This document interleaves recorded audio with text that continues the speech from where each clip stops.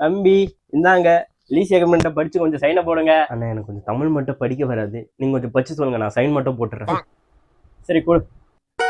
குத்தகை ஒப்பந்த பத்திரம். கமலேஷ் எனும் நான் அறிவழகன் எனது வீட்டினை குடியிருக்க செய்யும் குத்தகை ஒப்பந்தம். நிபந்தனைகள்: வீடு வாடகை ஒப்பந்தம் இன்றிலிருந்து 11 மாதங்களுக்கு இருக்கும். குறிப்பிட்ட வீட்டிற்கு குத்தகை தொகை ரூபாய் 5 லட்சம். எடுத்துட்டு வந்திருக்கியாப்பா? இருக்குண்ணா. மேல படிக்கிறேன் கேளு. மின்சார கட்டணத்தை மீட்டர் கணக்கெடுத்து கமலேஷுக்கு செலுத்த வேண்டும். அதாவது எனக்கு. அறிவழகன் அவர்களுக்கு வீடு தேவையில்லை என்றால் 3 மாதம் முன்னதாகவே சொல்ல வேண்டும்.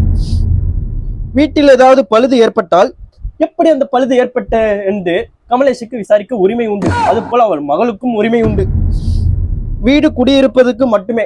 சரக்கு, பெண்கள், கஞ்சா எந்தவித சட்டவித பயன்பாட்டுகள் கிடையாது. நான் அப்படிப்பட்ட பையன் நான் அந்த மாதிரிலாம் பண்ண போறேன்.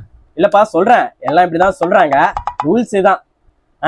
சரிங்கண்ணா. உன் வீட்டு மாதிரி பாத்துக்கப்பா, ரொம்ப ராசியான வீடு, இருந்தவங்கள பெரிய பெரிய ஆளா இருக்காங்க. அதுவும் வேற என் பொண்ணுக்கு ரொம்ப பிடிச்ச வீடு வேற. சரிங்கண்ணா, கண்டிப்பா. The next day. 4 முட்டை மட்டும் கொடுங்கக்கா.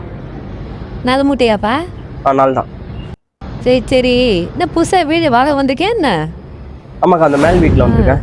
அக்கம் பக்கத்துல விசாரிக்கவே மாட்டியாப்பா நீனு? 2 வாரம் முன்னாடி தான் இந்த ஓனர் பொண்ணு தூக்கு மாட்டி செத்து போச்சு. சொல்லாதானே? வெளியே வையா.